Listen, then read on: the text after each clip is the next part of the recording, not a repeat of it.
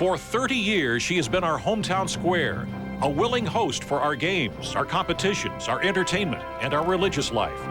She has roared along with the crowd, witnessed pious religious promises, and she's had sympathy for the devil. And she definitely had about her a touch of royalty, and she gave birth to an immaculate reception. For 30 years, she has commanded the view of the confluence of the three rivers from which she takes her name. And tomorrow, she will pass into history with the legendary names of the people who brought her fame.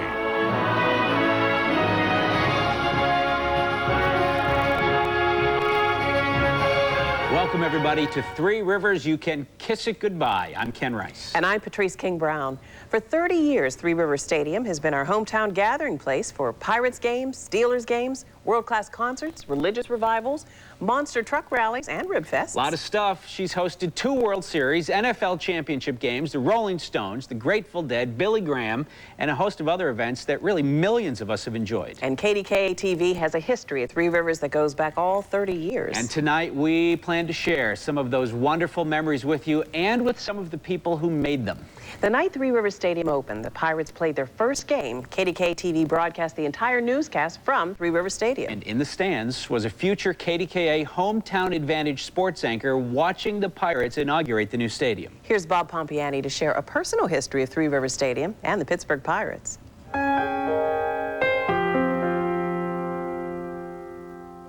The date was July 16, 1970. I was 10 years old at the time and lucky enough to be there to see the opening of Three Rivers Stadium.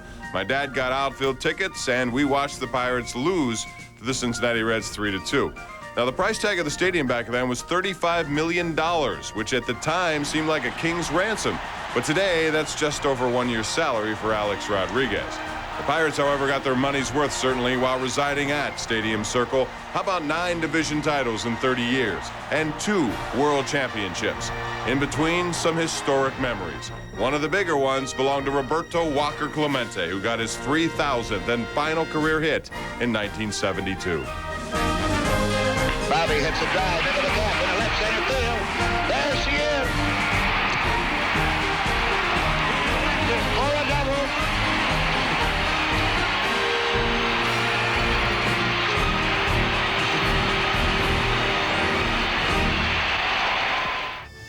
There were 3 no-hitters at Three Rivers Stadium, the first of which was authored by Bob Gibson of the St. Louis Cardinals back in 1971.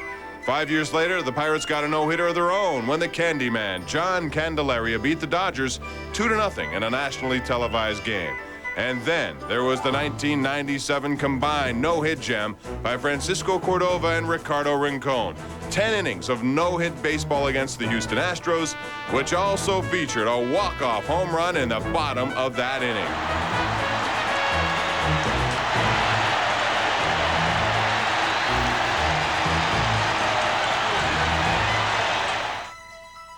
The Pirates also hosted 2 All-Star games at Three Rivers Stadium, one in 1974 and then another one 20 years later in 1994 in front of the largest crowd ever to watch a baseball game at Three Rivers, 59,363. The game was in the bottom of the 10th. Moises Alou got the double. Jim Leland waved home Tony Gwynn with a winning run in an 8-7 win for the National League. But the biggest moments were reserved for the biggest games. In 1979, Willie Stargell and the family came from a 3-1 deficit to beat the Baltimore Orioles en route to the World Championship. Stargell completed a career year that year by also sharing the league's MVP with Keith Hernandez. The Pirates did everything but win a World Series in the early 1990s when Jimmy Leland led the team to 3 consecutive division championships. Even though the Pirates didn't win a world title, they had the best winning percentage of any team in baseball during the first 3 years of the 1990s. Unfortunately, their best shot at going to the Fall Classic ended with a classic in Atlanta, Game 7, when Atlanta got 3 runs in the bottom of the 9th to beat the Bucks. Jose Linzera and a clutch hit by Francisco Cabrera off Stan Belinda allowed Sid Bream to race home with a series-winning run ahead of that throw by Barry Bonds. Pirate fans were hoping for Three Rivers Stadium to host a 3rd World Series, but because of that night in Atlanta, it never happened. But compared to most teams in most cities, the Pirates had far more highs than lows in 30 years at Three Rivers Stadium. Even though the stadium will disappear during the implosion, the memories will never leave us. And there's a ball hit very deep to right field. You can kiss it goodbye. All right, thanks, Bob. 30 years of some great memories. Back when Three Rivers Stadium was designed, all-purpose stadiums with AstroTurf is exactly what every city wanted. Philadelphia, St. Louis, Cincinnati, and a host of other cities built these cookie-cutter stadiums that were supposed to handle everything better than stadiums custom-built for a particular sport or need. Three Rivers Stadium was similar to all of them, but it wasn't the only design the city looked at. No, there were several designs, and KDKA-TV's Dave Crawley recently spent some time with architect Bill Sipple, who designed Three Rivers Stadium. Here's Dave with a look at the all-purpose promise.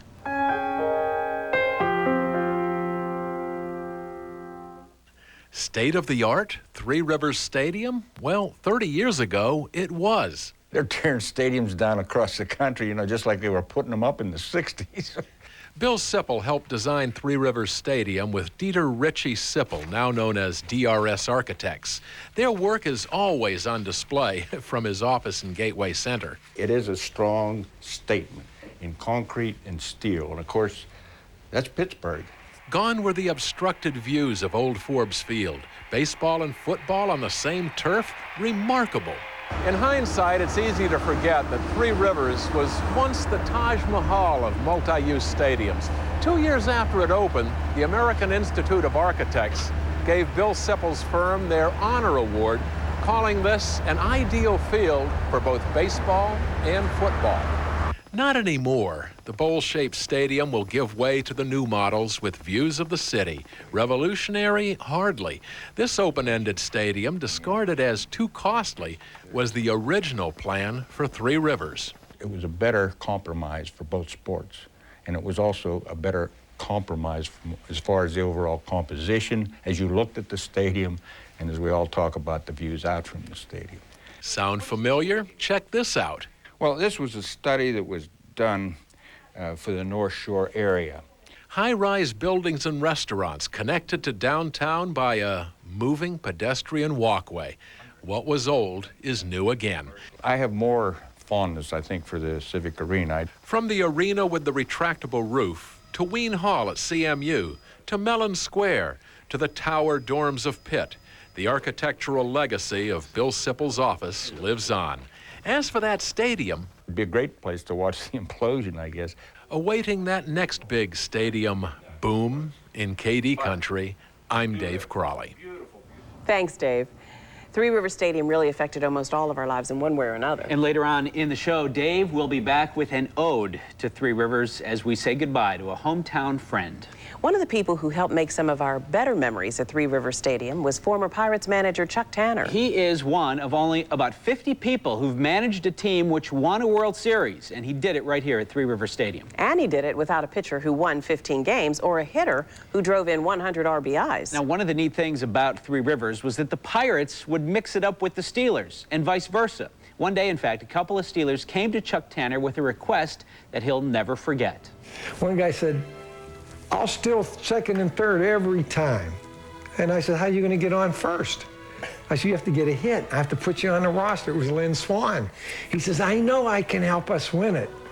We were laughing. Then the other guy said, "Hey, Chuck, I'm telling you, I had the fastball and curveball, and if you pitch me just once," he says, "I can help you win and be in the World Series."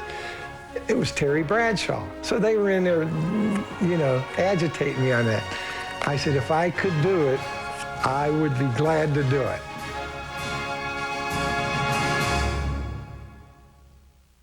Three Rivers, You Can Kiss It Goodbye is proudly brought to you by the H.J. Heinz Company. The employees of H.J. Heinz Company salute Three Rivers Stadium.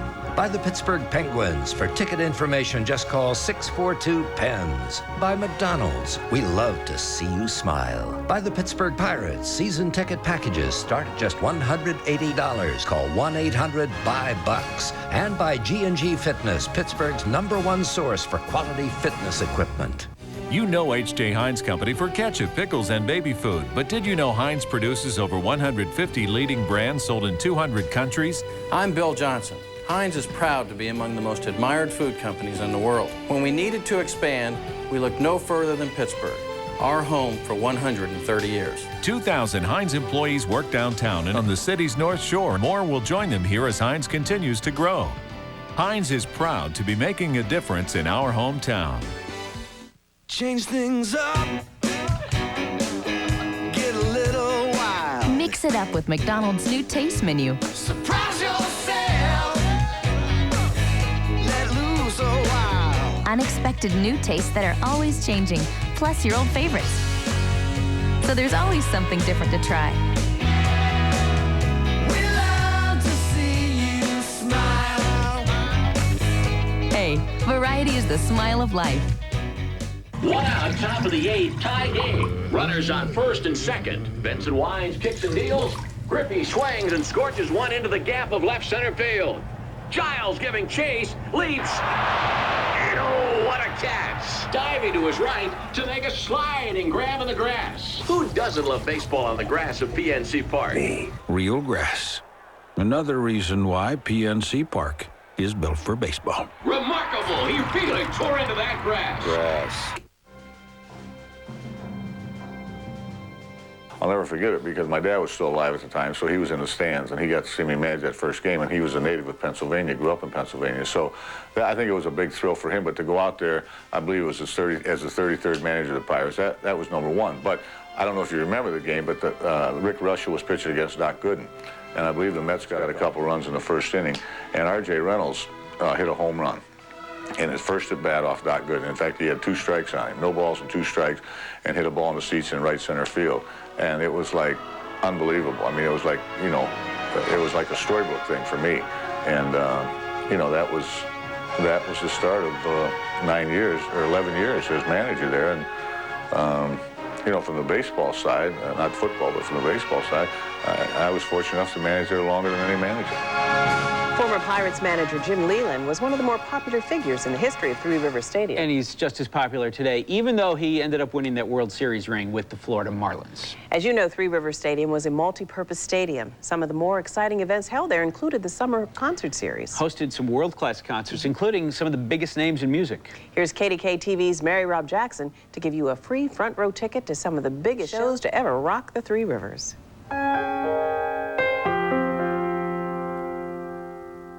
The approach of summer always brought with it the anticipation of the music industry's concert events of the year.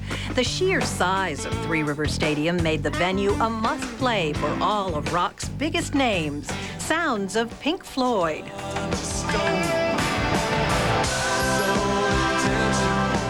Genesis, the Rolling Stones,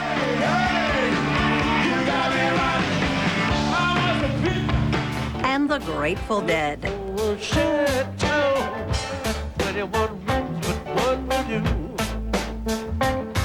Could be heard vibrating within the concrete walls. I don't want to ride, just want to ready for a minute or two. We actually had the Grateful Dead's next to last show before Jerry Garcia passed away. So we were honored with that.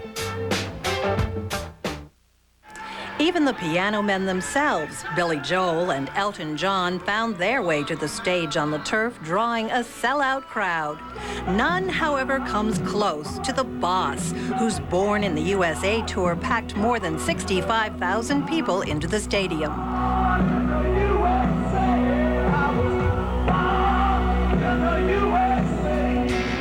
I think we put people everywhere we possibly could. Which just goes to show, rock and roll truly brings the house down. Those were all great concerts. In fact, the Grateful Dead gave their next to last concert at Three Rivers. Jerry Garcia died just a few weeks after that concert, and the rest of the tour was canceled. And some people say that really was the best Dead concert of all time. You know, KDK has had a 30-year association with Three Rivers. In addition to televising our newscast from the stadium on its inaugural night, KDKA televised about 23 years of Pirates baseball, Steelers football games, and a host of other activities. KDK even created the world's largest chorus line for an entry into the Guinness Book of World Records. KDK weatherman John Burnett was the lead dancer that day when 10,000 of you showed up to dance in the Evening Magazine chorus line. You could say they were all dancing on the water.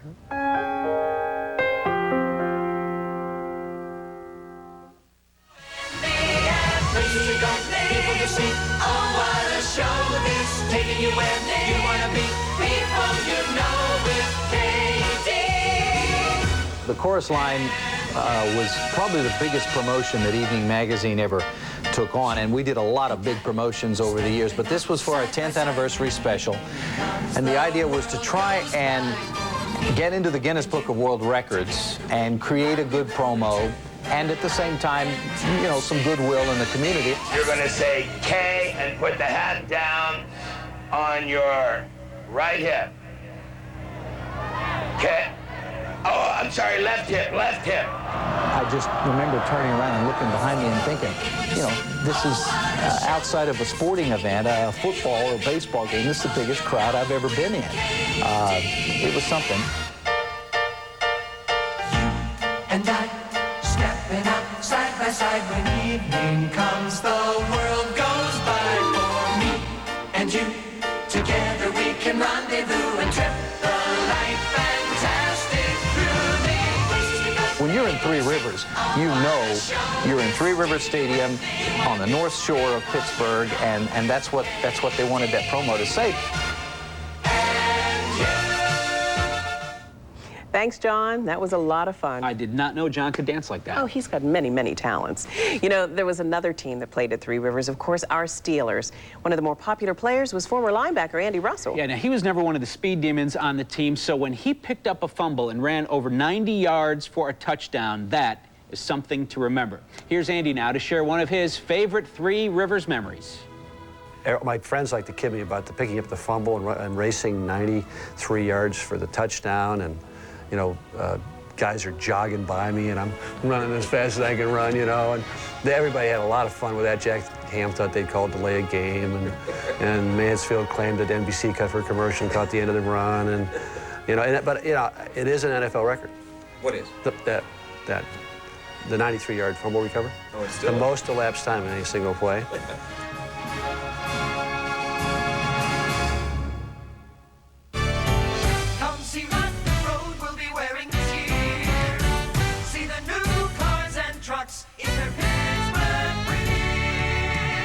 It's here, the 2001 Pittsburgh Auto Show. You know you want to go. It's at the David L. Lawrence Convention Center, February 10th through the 18th.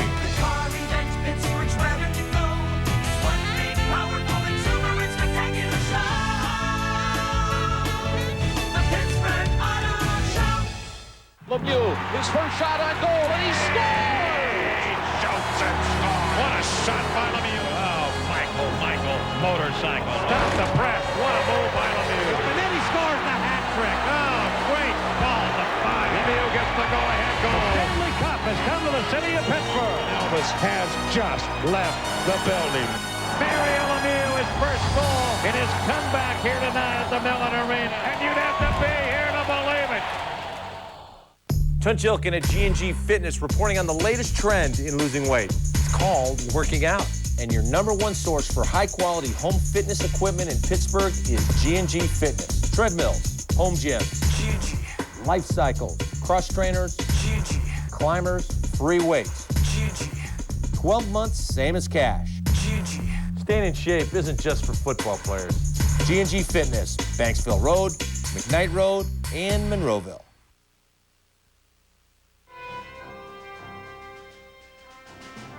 In '72, when we started winning, it got to be very tough for other teams to come in there and play and win. And they knew it. And you would be going out on the field. You wouldn't even be on the field. You'd just be going through the tunnel to the field. You could hear the fans. I mean, it was they were screaming before you came out of that tunnel. And it was tough for other teams to come in there and try and beat us there. Dick Hoke is right. It's the fans of the black and gold that give the teams at Three Rivers Stadium the real hometown advantage. All three of Pittsburgh's professional teams wear black and gold, and even though one of them has never played at Three Rivers, they created some memorable history of their own on the turf at Three Rivers, passing the cup. 40,000 people called off sick from work or school in June of 1992. They all have the same affliction. Penguin fever. When the Pens captured the Stanley Cup that year, fans from our hometown turned out to help them celebrate at Three Rivers Stadium. Our heroes were humble as they paraded around in convertibles and took time to share their excitement with their fans. I'm so happy I can play in Pittsburgh because we have a good team and we are the greatest fans. Thank you. It was a great celebration for a team very worthy of praise. Of course, now that Mario's back, maybe we'll have to hold the Stanley Cup celebration at one of the new stadiums. Hopefully that will be this June. Yeah. Now, other events Three Rivers Stadium hosted were of a more serious nature. Here's Lynn Hayes Freeland to tell you more about the events at Three Rivers that were designed to praise the Lord.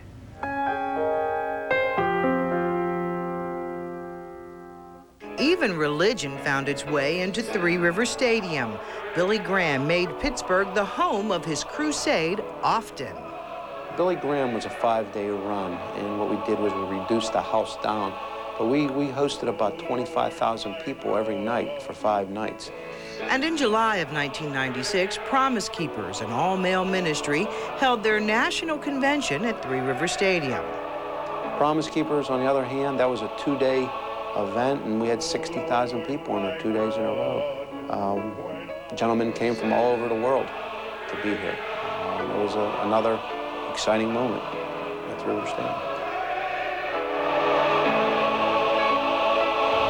Thanks, Lynn. Now, another popular event that lots of people love to see were the monster truck rallies that sometimes almost filled the stadium. One drew almost 50,000 people, so the monster truck rallies were pretty popular. Yeah, somehow everyone got the idea that the rallies destroyed Three Rivers. Not so. Here's Larry Richer with a look when Three Rivers was revving it up.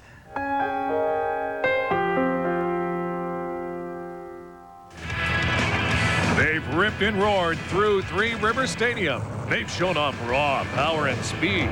They've drawn crowds up to 50,000 to gape at their magnificent strength.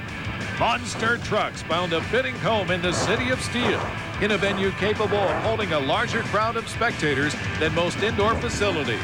A lot of muscle was behind the preparation for these huge events. Crews came in days before to lay tarp over the turf and fill it with mud. And once all the fire and fury faded, cleanup crews worked for as many as 4 days to get the stadium back into top shape to host the next big event. Thanks, Larry. Just like today's new stadiums, not everyone was happy about the building of Three Rivers Stadium. There was a similar controversy over the building of Three Rivers as there has been over its demolition. Controversy over whether to build it, where to build it, and who should pay for it. You'll see. Stacey Smith takes a trip back in history, how the more things change, the more they stay the same.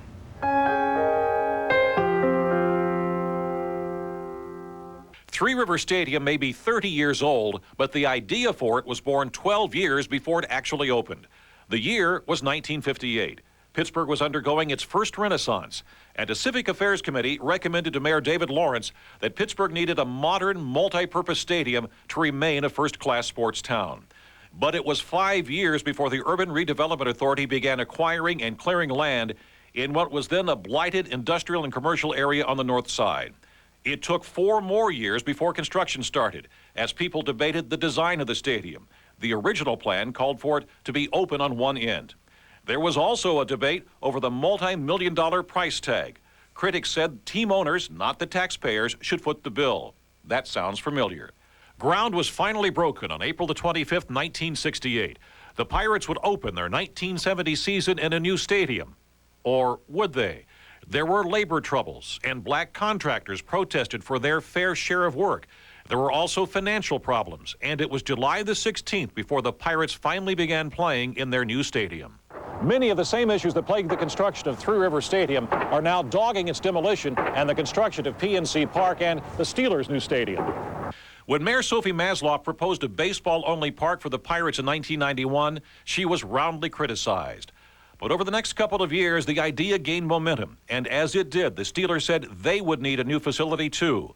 Once again, critics said team owners should put up the money. This time, it didn't take as long to begin building the new sports facilities, but the controversy over who would pay was more bitter. In 1997, voters rejected a regional sales tax. A year later, local officials lobbied in Harrisburg for a so-called Plan B that would have the state help pay the cost. But it was a tough fight in the legislature. A bill passed in the wee hours at the end of the legislative session in November of 1998 caused a furor because many lawmakers claimed they didn't realize what they were voting on. Governor Ridge refused to sign the bill. But he kept working on the issue, and in early 1999, after a threat from Kevin McClatchy to move the Pirates, the governor engineered and the legislature approved Plan C, a measure where the state would provide money for stadiums in Pittsburgh and in Philadelphia. Thanks, Stacy. Price tag, $320 million between the two stadiums, more than 10 times the original cost of Three Rivers. In April of '99, we broke ground for PNC Park. In June '99 for the Steelers Stadium, and the fate and the history of Three Rivers was sealed. Well, tomorrow is the next to the last chapter in the history of Three Rivers. The final chapter? What happens to the debt that's left on the stadium? A little later on, Paul Martino will have a story on the real final chapter. You know, the Steelers are black and gold, the Pirates are black and gold. Well, one day, Steelers color announcer Myron Cope walked into the stadium after some interior decorators started to redesign it, and he couldn't believe what he saw. Here's Myron with "Where's the black and gold?" An architectural firm, I believe it was, less than 10 years ago, they were commissioned to color code the various levels of Three Rivers Stadium. And I walk into the tunnel down in the bowels of the stadium, the tunnel off which are the Pirates' locker room, the Pirates clubhouse, and the Steelers dressing room. And this tunnel, which was black and gold before, is now the colors of the Dallas Cowboys, silver and blue, identical to the Dallas. What the heck is going on here? And I get the answer, well, they're color coding the different levels of the stadium. And so first thing I did is I yelled for a cameraman out at the station to get down there. And I did a piece standing there, you know, going nuts about what the heck with the blue blazers, it's the Dallas Cowboys. So it was repainted very quickly.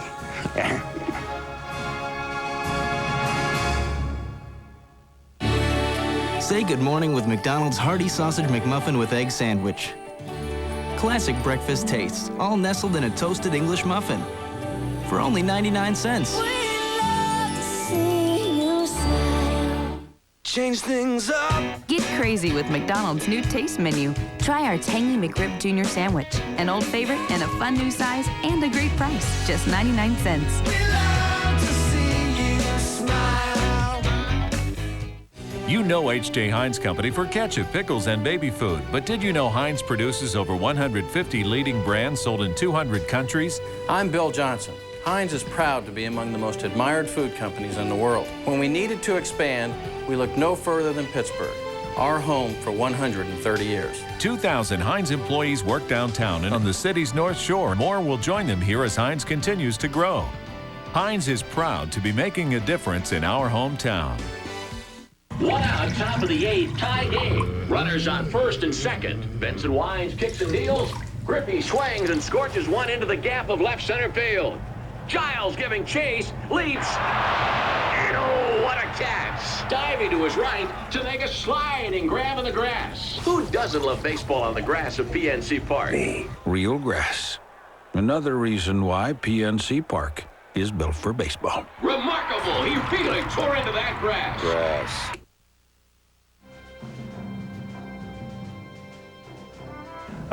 People should know we'll never forget Three River Stadium and you know, the memories. As I say, you know, my probably three greatest memories was my first game, then the no-hitter game, Francisco Cordova and Ricardo Rincon, and Smith hitting the home run, and sellout crowd, and it was the most amazing baseball game I've ever seen in any ballpark.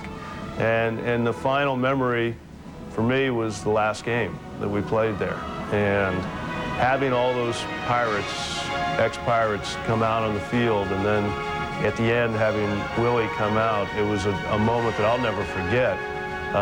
So there are a lot of emotions. You know, I don't want people to think we don't have any, because we do. It was a great run there, and we're excited about going over to PNC Park.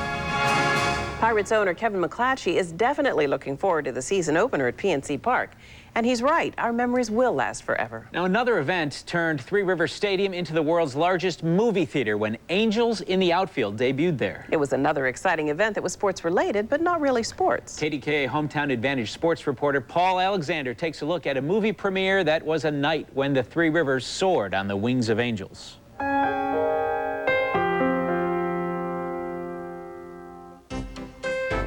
In the summer of 1994, Pittsburgh turned into Tinseltown. Thousands of people packed Three Rivers Stadium for the debut of Disney's Angels in the Outfield. There was no red carpet at this premiere, only turf, which seemed fitting for a movie about a team of struggling baseball players.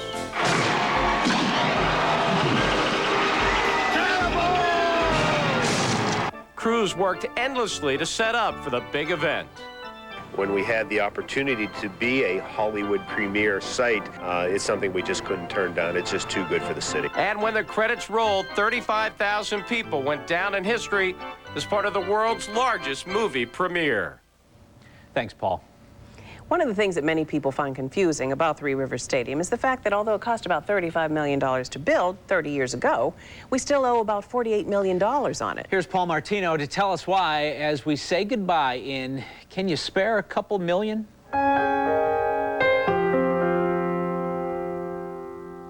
It's hard to imagine how we can owe more money on this stadium today than it cost to build 30 years ago. How did that happen? Well, over the years, the Stadium Authority kept refinancing the debt and borrowing against it. It's sort of like refinancing your house and using some of the money to put on an addition. The only difference is the Stadium Authority's not repaying that debt. You are. When the Steelers played their first game at Three Rivers in 1970, the stadium was state-of-the-art. This is the new era of the Steelers. Steelers 70. It's not like the old Steelers, believe me. The price tag was something new, too. $35 million. And over the years, they've piled on more costs with new scoreboards, a jumbotron, and new turf twice. But the biggest addition to the stadium debt was the creative financing deal in 1985 that saved the team from being sold and moving out of town. It was a deal that had everyone confused, from the politicians to the public, even confusing for young reporters. A lot of people simply don't understand yet how the deal is supposed to work. But now I'm 15 years older, possibly a little wiser, but I'm still confused about the stadium finances. But seriously, here's the bottom line. In 1970, the Stadium Authority borrowed $35 million to build Three Rivers. In 1982, they borrowed another $6.8 million for stadium improvements. Then the big hit, $21 million in 1986 to help new owners bail out the Pirates. Add it all up, and there's still more than $26 million owed on stadium bonds. The county sales tax will pay off those bonds by 2010. The Stadium Authority still owes the city another $22 million for so-called operating grants that city taxpayers coughed up over the years. That money may never be paid back. If you think you paid too much for Three Rivers Stadium, consider this. The price tag on two new stadiums here on the North Shore, $500 million. And a new arena for the Penguins can't be far behind. Paul Martino, KDKA TV News. Thanks, Paul.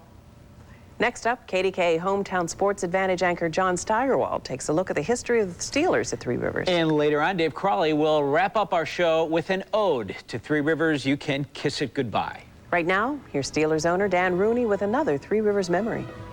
You know, I remember when Franco first came, we were playing the Vikings, and he ran to an end run along the Vikings bench on the opposite side where we all were. And I knew after that run sort of convinced me that we were going to have a good team and we were going to go far because they were a great team. We ended up beating them, but that particular play was sort of the thing.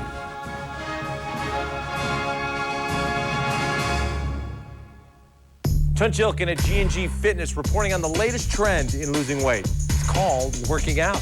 And your #1 source for high-quality home fitness equipment in Pittsburgh is G&G Fitness. Treadmills, home gyms, G&G.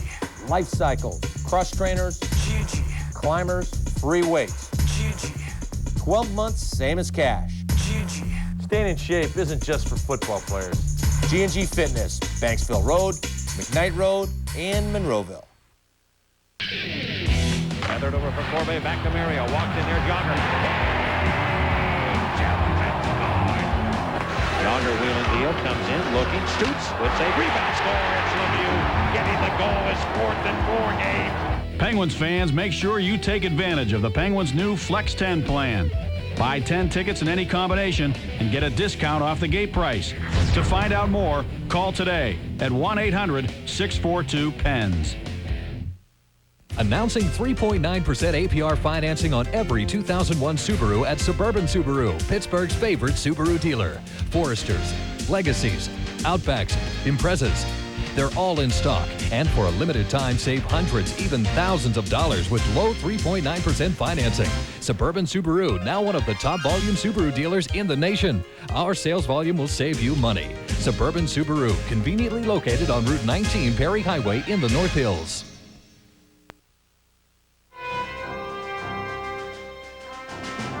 Picture of the defensive line, the defense, and it's coming from the viewpoint of the offense. And you could see the goal line, the goal post in the background, and it's snowing. And you can see all these guys in their posture before the team comes up. And there are a couple of guys talking around, and one guy's on his knee, and we're all there. And that's the feeling that I always have of Three Rivers Stadium, of just that picture and that stadium, and you can see the fans in the background, and they're waving. Joe Green, one of the people who made Three Rivers Stadium famous. He is definitely one of the people that made opposing teams afraid to walk through the tunnels and onto the turf. Well, KDKA Hometown Advantage sports anchor John Steigerwald saw most of the Steelers games at Three Rivers Stadium. And he saw a lot of games before they moved into Three Rivers. So he really has a unique perspective on the history of football at the stadium. Here's John with a look at the 30-year history of the Steelers.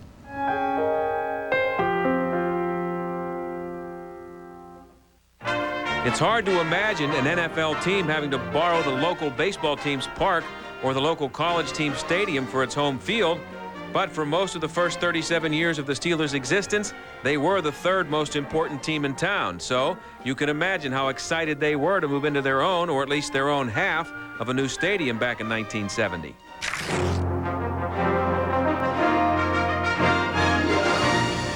And it wasn't just the stadium that was new.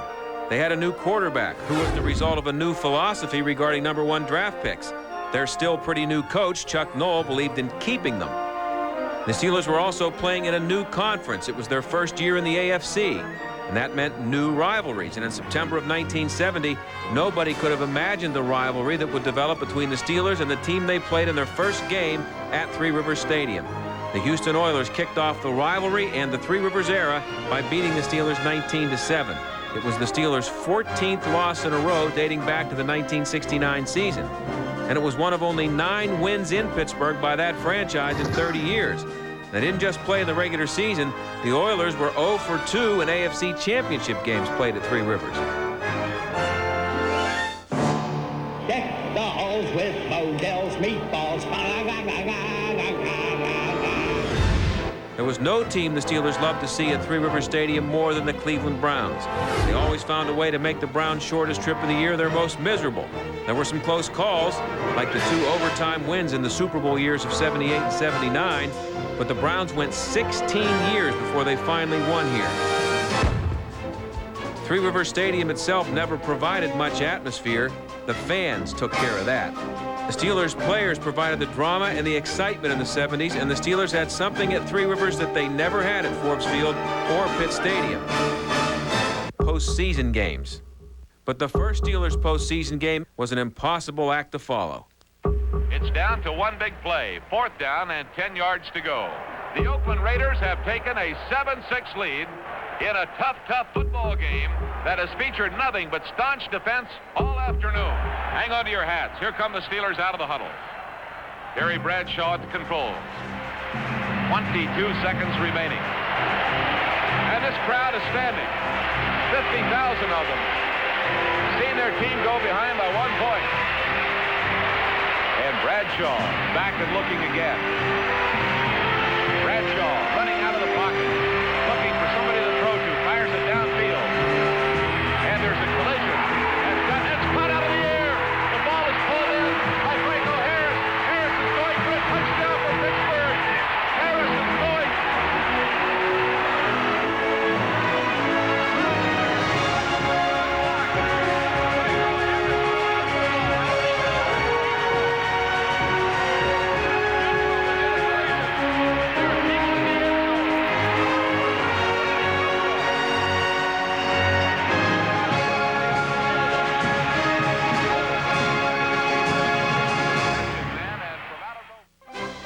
The Steelers were still tough to beat at Three Rivers in the 80s, but believe it or not, they only played one postseason game there in that decade. The San Diego Chargers kept them from going to their 5th Super Bowl in 1982. And it took 10 years and another head coach before they played another postseason game at Three Rivers, and it was another loss, this time to the Bills. The middle of the 90s brought back memories of the 70s, especially the AFC Championship games in 94 and 95, both of which were decided in the end zone in the last seconds of the game. And 5 years ago, Bill Cowher got to do something that Chuck Noll never did. He got to share the AFC trophy with the people who made Three Rivers so special. 4 years ago, Dan Rooney gave me an opportunity. This trophy, while it's only half of what we want to accomplish, is for Dan Rooney and, more importantly, the fans of Pittsburgh, baby. This is for you. Steelers lost 10 of their last 16 games at Three Rivers, their 2 worst seasons ever at home. But when the dust clears, the thousands of people who watched them play there for the last 30 years will have lots of good memories and even more great ones. Thanks, John. Well, the Steelers really defined what success meant in the NFL. They were so successful that they forced the NFL to change the rules of the game. After a drought in the 80s, a new coach instilled new life in the Steelers, culminating in an AFC championship. Here's Bill Cowher with one of his fondest memories. After the 1995 AFC championship game, when the ball fell incomplete for us, and up on the stage, accepting the award and looking around and seeing the people on the field and seeing the people that were still up in the last bleacher, really just how proud I was to be a part of this city, and having grown up here and to kind of still see maybe some of the kids who were kids when the 70s were now bringing their kids and kind of going through that same type of atmosphere, and that was very special.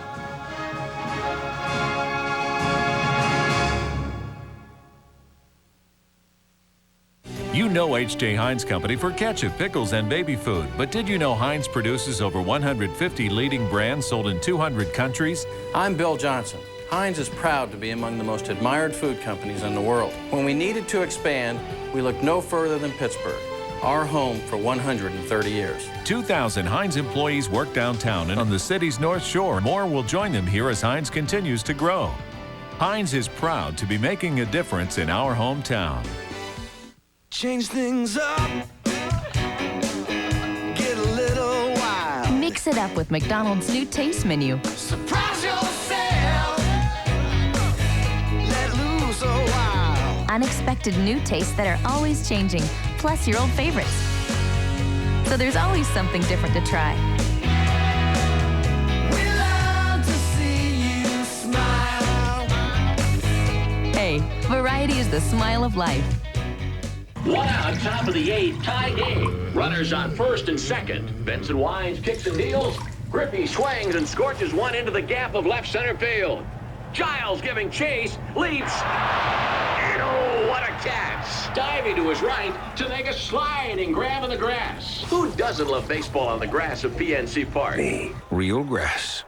Another reason why PNC Park is built for baseball. Remarkable. He really tore into that grass. Grass. It's not so much the stadium itself, it's just the people that you intermingled with over your 11 years there. And Jeannie Donatelli in the front office and other people that were very close to you. And, you know, even the ball guy that was sitting next to me, we used to have an older fellow that would sit next to me. He must have been 70 years old, and he'd get the balls ready for the umpire. I mean, you had relationships with people, and, you know, every once in a while you could even stop along the rails signing autographs and talking to some people. And It was just, you know, it was everything it was supposed to be. It was a wonderful experience. You know, regret, yeah, sure. The only regret I have really is that we didn't finish the deal and get a World Series ring at Pittsburgh.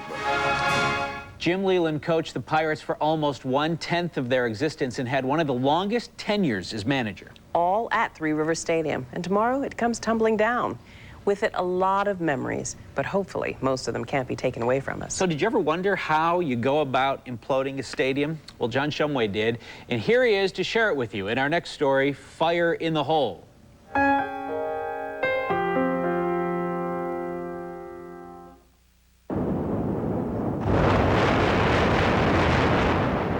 Controlled demolition is the choreographer in this explosive dance that drops thousands of tons of concrete and steel into finite piles and spaces. It's an amazing mixture of science and art. The science is relatively simple. The building wants to come down. Right now it wants to come down, but the columns are holding it up. The columns are resisting gravity that's been pulling on the structure since it was built in the 70s. In other words, knock out the supports, and down it comes. But getting it to fall where they want it is the art. Doug Loiseau, the artist. This area of the stadium is going to come out and go like this.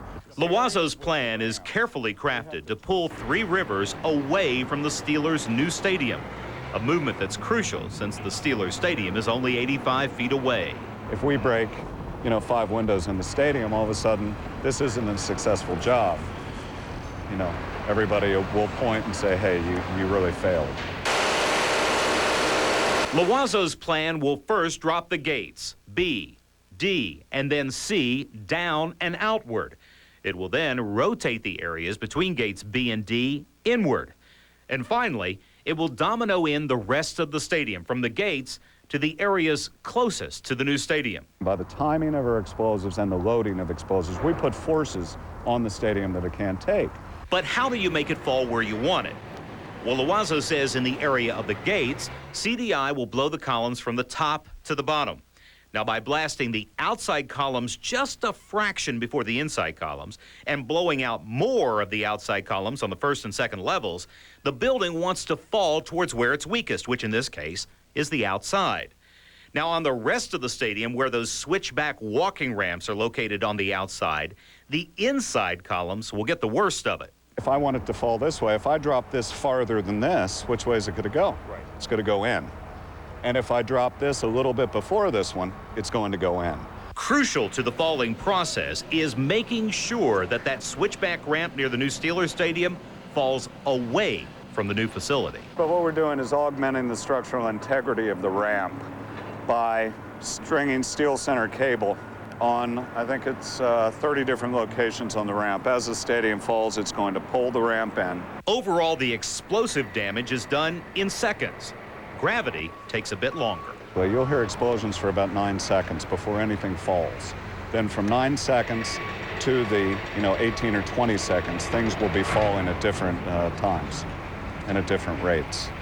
Free fall's 32 feet per second. So by 20 to 25 seconds... Oh, it's down.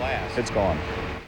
Thanks, John. The most amazing thing about this implosion is that it's going to be visible from so many places around the point. City authorities expect Point State Park, Mount Washington, and just about every other vantage point to be packed with people. Well, coming up, we'll have some fond memories of Three Rivers Stadium and Dave Crawley's ode to Three Rivers, You Can Kiss It Goodbye. Right now, Chuck Tanner has a memory about one of the most recognizable characters to ever walk on the turf at Three Rivers, the Chief, Art Rooney. Here's Chuck Tanner. I think it was 1985. Art Rooney came down, and I believe his brother was with him that day. And he came and said, "How you doing, Chuck?" I said, "Fine, fine, everything's fine." And he told me stories how he bought the Steelers, and this was in the clubhouse. And then he said, Chuck, he was getting ready to leave. He says, "There's one thing I want to tell you." He says, "I've seen all the teams come through here since the stadium started." And he said, "I want to tell you one thing. And I tell you this from my heart." He said, "You're the best manager I ever saw in Three Rivers Stadium." Now, you think that doesn't give you goosebumps? Mm-hmm. When he left, I sat in the office there, and I had goosebumps And I was like in awe. I said, oh, Mr. Rooney said that? And that's something that's always, I have had in my head and in my heart. And I'm saying, I can't believe that he said that. But I know he meant it when he said it. And I never felt so good in my life.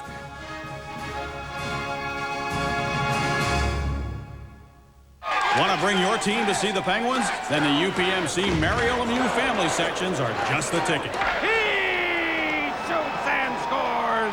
It's simple for your family to enjoy Penguins hockey at a reasonable price. For every adult ticket purchased at $25, you can get up to 6 kids tickets at $10 each. A great price and a great seat. So come on, get in the game and reserve your seat in the UPMC Mario Lemieux family section. Call 1-800-642-PENS. Trent Jilkin at G&G Fitness reporting on the latest trend in losing weight. It's called working out.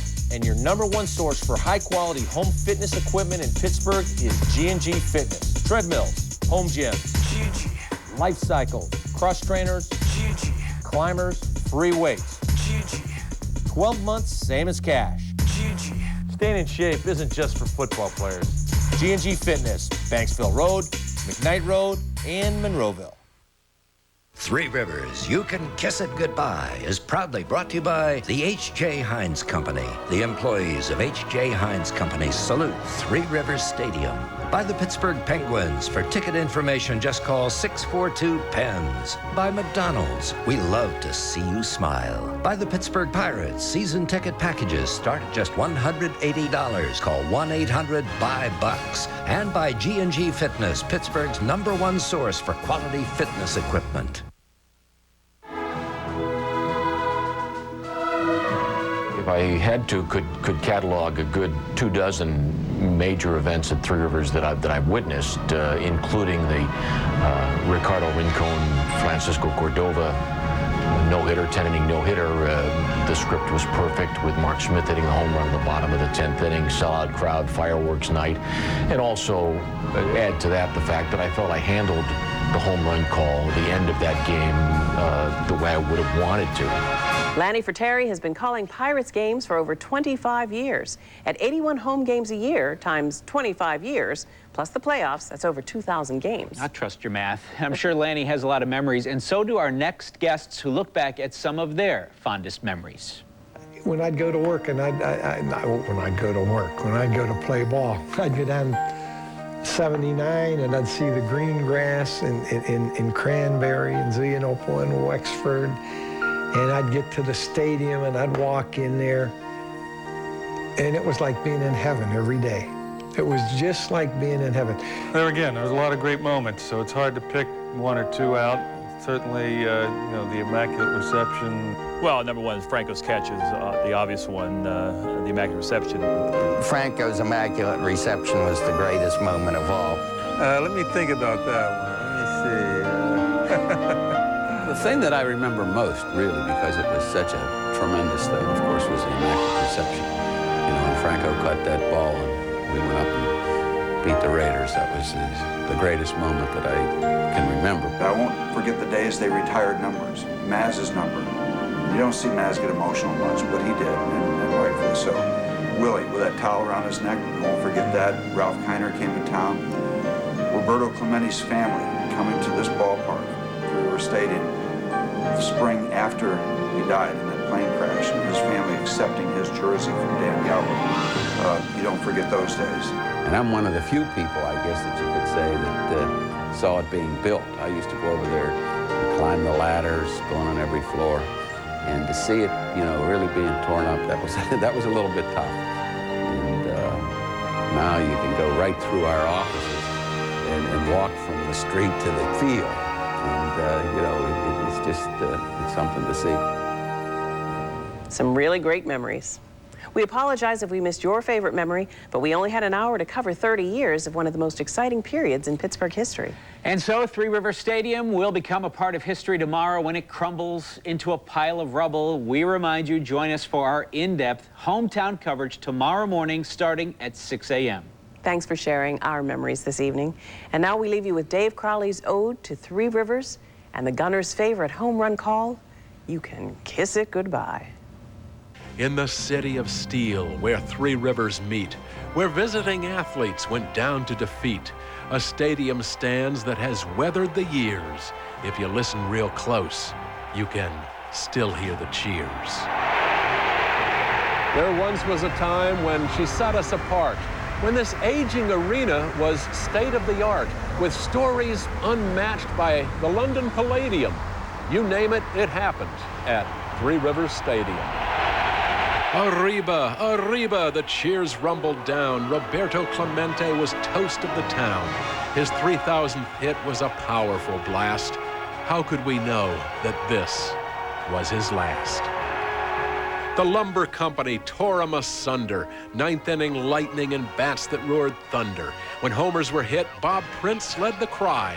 Listen real close. You can kiss it goodbye.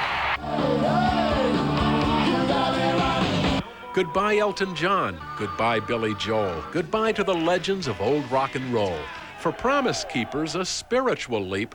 Now this stadium has its own promise to keep. Demolition?